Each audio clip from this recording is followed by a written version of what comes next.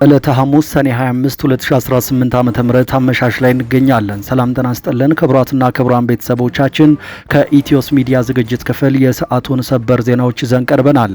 በቅድሚያም አርዕስተ ዜና። የብልጽግናው አገዛዝ በናዝሬት ዝግ ስብሰባ እያደረገ መሆኑ ተሰማ። በዚህ ስብሰባ ላይ አዲስ አበባን ክልል ለማድረግና ህገ መንግስቱን ለመቀየር እየመከረ መሆኑ ተሰምቷል። ብልጽግና በናዝሬት ከተማ የማዕከላዊ ኮሚቴ ስብሰባ ማድረጉ እየተሰማ ሲሆን በስብሰባው ላይም አስቸኳይ የተባሉ ውሳኔዎችን ለማሳለፍ እየተነጋገረ መሆኑን ሾልከው የወጡ መረጃዎች አመልክተዋል። በዝርዝር መረጃችን ቀዳሚ ጉዳይ አድርገነዋል። የብልጽግናው አገዛዝ ቤንሻንጉል ጉሙዝ ክልልን ለሱዳኑ የፈጥኖ ደራሽ ኃይል አርኤስኤፍ ለጦር ካምፕነት እንዲጠቀም በፈቀደው መሰረት ታጣቂዎቹ በክልሉ ህዝብ ላይ የሚፈጽሙት ዘግናኝ መከራና ስቃይ ተባብሶ ቀጥሏል። በክልሉ የሰፈሩት እነዚሁ የሄሜቲ ታጣቂዎች ግድያ፣ አስገድዶ መድፈርና ዘረፋ እየፈጸሙ ሲሆን የብልጽግናው ባለስልጣናት ግን ለዜጎቻቸው ጥበቃ ከማድረግ ይልቅ የዘራፊዎቹ ተባባሪ መሆናቸውን ምንጮቻችን አረጋግጠዋል።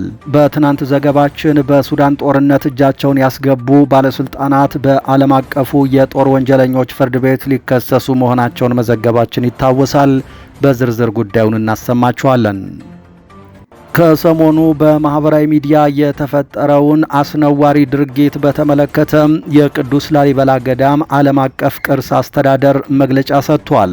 በአሁኑ ወቅት በአንዳንድ ማህበራዊ ሚዲያዎች አርቲስቶችና ቲክቶከሮች አካባቢ ለጊዜያዊ ጥቅምና ለእይታ ማሳደጊያ ሲባል ዓለምን በታሪኩና በጥበቡ ያስደመመውን የታላቁን ጻድቅና ንጉሥ የቅዱስ ላሊበላን ስም ካልዋለበት በመዋል የታሪክ መዛባትን ለመፍጠር ሲታትሩ እየታዘብን እንገኛለን።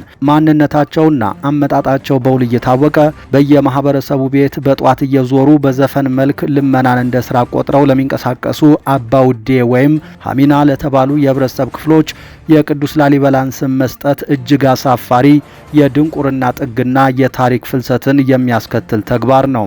ይህንን በተመለከተ ከገዳሙ የተሰጠ መግለጫ ማለት ሰሙታላችሁ።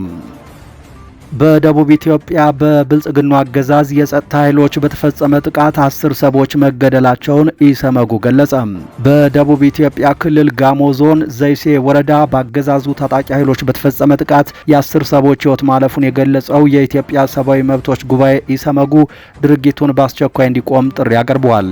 ኢሰመጉ ዛሬ ሰኔ 25 ያወጣውን መግለጫም ይዘናል፣ ተሰሙታላችሁ። በዓለም አቀፍ ጉዳያችን በደቡብ አፍሪካ ራሱን ለመከላከል ጦር መሳሪያ ታጥቆ የታየው ኢትዮጵያዊ ነው የተባለ ግለሰብ መነጋገሪያ ሆኗል። በደቡብ አፍሪካ ራሱን ለመከላከል በከባድ መሳሪያና በውሾች የታጀበው ኢትዮጵያዊ በዓለም አቀፍ ሚዲያዎች ጭምር መነጋገሪያ ሆኗል። በደቡብ አፍሪካ ከሰሞኑ የተከፈተውን ተቃውሞ በተመለከተ እጅግ በርካታ የሌላ ሀገር ዜጎች ችግር ውስጥ ይገኛሉ። ይህንን ተከትሎም አንድ ኢትዮጵያዊ የፈጸመው ድርጊት አነጋጋሪ ሆኗል። በዝርዝር ሰሙታላችሁ። ክቡራትና ክቡራን ከኛ ጋር እስከ መጨረሻው ከቆያችሁ እነዚህንና ሌሎችን መረጃዎች በዝርዝርና በትንታኔ ወደ እናንተ እናደርሳለን። ለኢትዮስ ሚዲያ አዲስ ከሆናችሁ ሰብስክራይብ ብታደርጉን በየቀኑ አዳዲስ መረጃዎችን ታገኛላችሁ። አሁን ወደ ዝርዝሩ አለፍን። መልካም ቆይታም። የብልጽግናው አገዛዝ በናዝሬት ከተማ ዝግ ስብሰባ እያደረገ መሆኑ ተነገረ። በስብሰባው አዲስ አበባን ክልል ለማድረግ እየተነጋገረ ሲሆን ህገ መንግስቱንም ለመቀየር እየተወያየ ነው ተብሏል። ገዢው ብልጽግና ከሰሞኑ በናዝሬት ከተማ የማዕከላዊ ኮሚቴ ስብሰባውን ማድረጉ ነው የተሰማው። ፓርቲው በዚህ ስብሰባ ላይ ወሳኝ የተባሉና እጅግ አነጋጋሪ ጉዳዮች ላይ የተወያየ መሆኑ የተሰማ ሲሆን አንዳንድ ያልተረጋገጡ መረጃዎች እንዳመለከቱት ብልጽግና በዚህ ስብሰባው ህገ መንግስቱን ለመቀየር አዲስ አበባንና ድሬዳዋ ከተማን ደግሞ ክልል ለማድረግ የመሬት ፖሊሲን ለመቀየርና ስርዓቱ ከፓርላሜንታዊ ወደ ፕሬዝዳንታዊ እንዲቀየር መወሰኑ እየተሰማ ነው። እነዚህን መረጃዎች በተመለከተ በይፋ የተሰጠ መግለጫ ባይኖርም እነዚህ ውሳኔዎች ግን እውነተኛ ከሆኑ እጅግ አንገብጋቢ እንደሚሆኑ ይጠበቃል። አብይ አህመድም ከጠቅላይ ሚኒስትርነት ወደ ፕሬዝዳንትነት ስልጣናቸውን ለመቀየር ጽኑ ፍላጎት እንዳላቸው መጋለጡ ይታወሳል። ከሰሞኑ በቲክቶክ ማህበራዊ ሚዲያ የታየውን እጅግ አስነዋሪ ተግባር በተመለከተ የቅዱስ ላሊበላ ገዳም መግለጫ ሰጥቷል። በመግለጫው በአሁኑ ወቅት በአንዳንድ ማህበራዊ ሚዲያዎች በአርቲስቶችና በቲክቶከሮች አካባቢ ለጊዜያዊ ጥቅምና ለእይታ ማሳደጊያ ሲባል ዓለምን በታሪኩና በጥበቡ ያስደመመውን የታላቁን ጻድቅና ንጉሥ የቅዱስ ላሊበላን ስም ካልዋለበት በመዋል የታሪክ መዛባትን ለመፍጠር ሲታትሩ እየታዘብን እንገኛለን ብሏል። ማንነታቸውና አመጣጣቸው በውል እየታወቀ በየማህበረሰቡ ቤት በጧት እየዞሩ በዘፈን መልክ ልመናን እንደ ስራ ቆጥረው ለሚንቀሳቀሱ አባ ውዴ ወይም ሐሚና ለተባሉ የህብረተሰብ ክፍሎች የቅዱስ ላሊበላን ስም መስጠት እጅግ አሳፋሪ የድንቁርና ጥግና የታሪክ ፍልሰትን የሚያስከትል ተግባር ነው ብሏል መግለጫው። ይህንን መሰል ስም ማጥፋት በህግ ጭምር የሚያስጠይቅ ከባድ ወንጀል መሆኑ ታውቆ እነዚህ አካላት በአስቸኳይ ከድርጊታቸው እንዲቆጠቡ በጥብቅ እያሳሰብን ላጠፉት ጥፋት በህዝብ ፊት ቀርበው ወይም በማንኛውም ሚዲያ ቀርበው ይቅርታ እንዲጠይቁ ከወዲሁ እናሳስባለን ብለዋል። ከሁሉም በላይ ሊሰመርበት የሚገባው እውነታም እነዚህ አካላት በቅዱስ ላሊበላ ከተማም ሆነ በዙሪያዋ ባሉ አካባቢዎች በምንም መልኩ የማይታወቁም በታሪክም ሆነ በጂኦግራፊያዊ መገኛቸው ከአካባቢው ማህበረሰብ ጋር ምንም አይነት ቁርኝት የሌላቸው መሆኑ ነው። በመሆኑም በልመና ባህል ውስጥ የሚታዩትን እነዚህን የህብረተሰብ ክፍሎች በገናናው ንጉሥ ስም መሰየም የዓላማና የይዘት መደበላለቅን የሚፈጠር ስህተት ነው። የቅዱስ ላሊበላ ህዝብ ታሪክን፣ ሃይማኖትን፣ የሥራ ባህልን አጣምሮ የያዘ ኩሩ ማህበረሰብ ነው። የአካባቢው ነዋሪ መገለጫዎች የሚከተሉት መሆናቸውን ማንም ሊመሰክረው የሚችል ሀቅ ነው። የቅዱስ ላሊበላ ህዝብ ልመናን ፍጹም የሚጸየፍ፣ በራሱ ላብና ጥረት መኖርን እንደ ትልቅ ክብር የሚቆጥር፣ በስራ ብቻ የሚያምን ማህበረሰብ ነው። ቅዱስ ላሊበላን መሰረት በማድረግ ከተለያዩ የሀገሪቱ ክፍሎች የመጡ አቅመ ደካሞች፣ ችግረኞች በአካባቢው ቢገኙም ህዝቡ እነዚህን ወገኖች በደግነት በፍቅርና በሕክምና በመንከባከብ የሚይዝ እንጂ የሚያገል አይደለም። ሀቁ ይህ ሆኖ እያለ አንዳንድ ነገሮችን በጥልቀትና በሰፊው ማየት የተሳናቸው ለታሪክ ግድ የሌላቸውና ችኩል አካላት ታሪካዊውን የቅዱስ ላሊበላ ማህበረሰብ ከልመና ተግባር ጋር አያይዘው የማይመጥነውን ስም በመስጠት የታሪክ ብልሹነት ለመፍጠር ሲታትሩ እየታዘብን እንገኛለን ብሏል።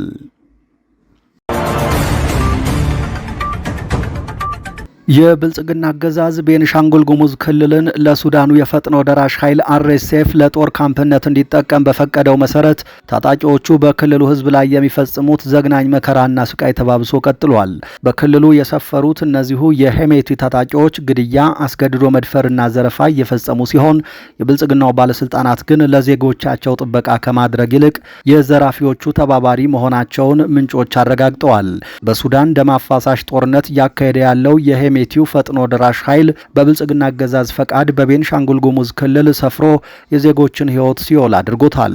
ታጣቂዎቹ ንጹሃንን ከመግደልና ልጃገረዶችን ከመድፈር ጀምሮ ንብረት እንደሚዘርፉ በየሆቴሉ ገብተው ያሻቸውን ተጠቅመው ሂሳብ ሳይከፍሉ እንደሚወጡና ለተጠቀሙት አገልግሎት ክፍያ እንዲፈጽሙ ሲጠየቁ ብልጽግና ይክፈላችሁ በሚል ፌዝ የተሞላበት ንግግር ተናግረው እንደሚወጡ ነው ሚዲያችን ያነጋገራቸው ተጎጂዎች የገለጹት። የቤንሻንጉል ጉሙዝ ክልል ካድሬዎች ለገዛ ህዝባቸው ካላቸው ንቀትና ለባዕዳን ከማጎብደዳቸው የተነሳ ታጣቂዎቹ የሚፈጽሙትን ግፍ የሚቃወሙ የክልሉ ነዋሪዎችን እያደኑ እያሰሯቸው እንደሆነ ነው የዓይን እማኞች ጨምረው ገለጹት። በአሁኑ ወቅት በክልሉ ውስጥ ያለው የመልካም አስተዳደር እጦትና ሙስና ሳያንስ የብልጽግና አገዛዝ የሀገርን ሉዓላዊነት አሳልፎ በመስጠት የውጭ ታጣቂዎች በክልሉ ህዝብ ላይ ግፍና መከራ እንዲፈጽሙ በይፋ ፈቅዷል። ይህ ድርጊት የብልጽግና አገዛዝ ለዜጎቹ ደህንነትና ለሀገር ክብር ያለውን ጥላቻና ንቀት እንዲሁም የተላላኪነት ጥጉን በግልጽ የሚያሳይ ነው ሲሉ ሚዲያችን ያነጋገራቸው የክልሉ ነዋሪዎች ገልጸዋል። በደቡብ ኢትዮጵያ ክልል የብልጽግናው አገዛዝ ኃይሎች በፈጸሙት ጥቃት 10 ሰዎች መገደላቸውን ኢሰመጉ ገለጸ። በደቡብ ኢትዮጵያ ክልል ጋሞ ዞን ዘይሴ ወረዳ በአገዛዙ ታጣቂ ኃይሎች በተፈጸመ ጥቃት የ10 ሰዎች ሕይወት ማለፉን የገለጸው የኢትዮጵያ ሰብአዊ መብቶች ጉባኤ ድርጊቱ በአስቸኳይ እንዲቆም ጥሪ አቅርቧል። ኢሰመጉ ዛሬ ሰኔ 25 2018 ዓ.ም ባወጣው ጋዜጣዊ መግለጫ እንዳስታወቀው በዘይሴ ወረዳ በሚገኙ በተለያዩ ቀበሌዎች ውስጥ ከሰኔ 11 21 እስከ ሰኔ 22 2018 ዓ.ም ድረስ በአገዛዙ የታጠቁ ኃይሎች በተፈጸመ ጥቃት የ10 ሰዎች ሕይወት አልፏል። በተጨማሪም 3 ግለሰቦች ላይ የአካል ጉዳት፣ ጾታዊ ጥቃት፣ የንብረት ዘረፋና ውድመት እንዲሁም የጅምላ እስር መፈጸሙን ድርጅቱ ከአካባቢው ባሰባሰበው መረጃ አረጋግጫለሁ ብሏል።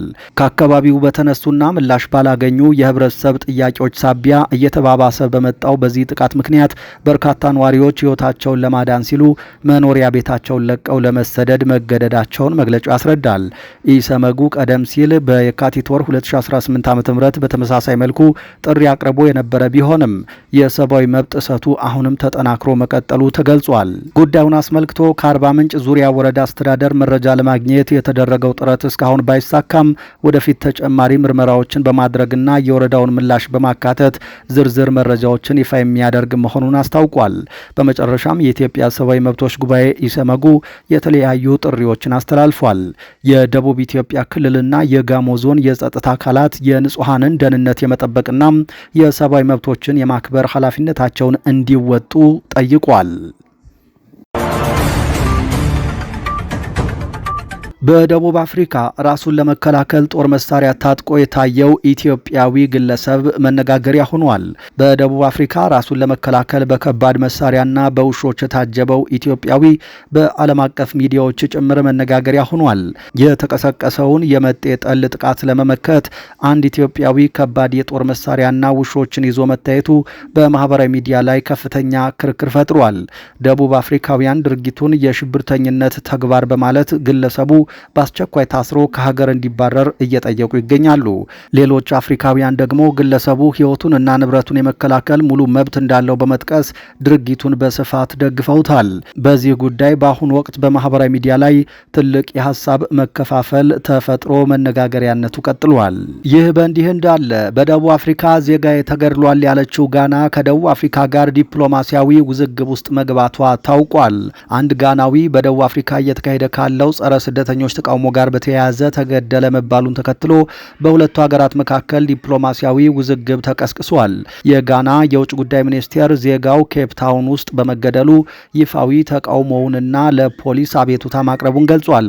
የደቡብ አፍሪካ የፍትህ ሚኒስቴር ግን የጋና ባለስልጣናት መደበኛ ካልሆኑ ስደተኞች ጋር በተያያዘ ባለው ሁኔታ ላይ የሐሰት መረጃዎችን እያስተላለፉ ነው ሲሉ ተቃውሞ አሰምተዋል። የደቡብ አፍሪካ ፖሊስ በበኩሉ ተገደለ ስለተባለው ጋናዊ መረጃ እንደሌለው ነገር ግን ከወንጀል ጋር በተያያዘ ስለተገደለ ሌላ ጋናዊ ምርመራ እያደረገ መሆኑን አሳውቋል። የደቡብ አፍሪካ የውጭ ጉዳይ ሚኒስቴር ባለስልጣን ከጸረ ስደተኞች ተቃውሞ ጋር በተያያዘ ጋናዊ ተገድሏል መባሉን የፈጠራ ታሪክ ነው ሲሉ ለቢቢሲ ተናግረዋል።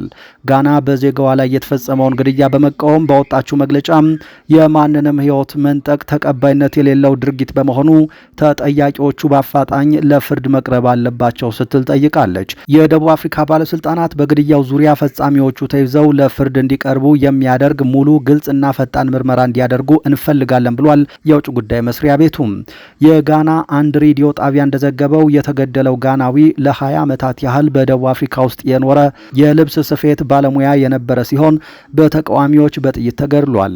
አስከሬኑን ወደ ሀገሩ ለመውሰድ በጋና የውጭ ጉዳይ ሚኒስቴር በኩል ጥረት እየተደረገ ነው። ባለፈው ማክሰኞ ጸረ ስደተኛ ተቃዋሚዎች አፍሪካውያን ስደተኞች ደቡብ አፍሪካን ለቀው እንዲወጡ ያስቀመጡት ቀነ ገደብ የነበረ ሲሆን በተለያዩ ከተሞች ውስጥ የተቃውሞ ሰልፎች ተካሂደዋል። ጋና፣ ማላዊና ናይጄሪያ ከቀነ ገደቡ በፊት የተወሰኑ ዜጎቻቸውን ከደቡብ አፍሪካ ካስወጡ ሀገራት መካከል ናቸው። እስካሁን 25,000 የሚደርሱ ሰዎች ደቡብ አፍሪካን ለቀው ወጥተዋል። ክቡራትና ክቡራን ቤተሰቦቻችን ለዚህ ሰዓት የያዝናቸው አዳዲስ መረጃዎች እነዚህ ነበሩ። ከቆይታ በኋላ በሌሎች መረጃዎች እንመለሳለን። እስከዛው ሰላም።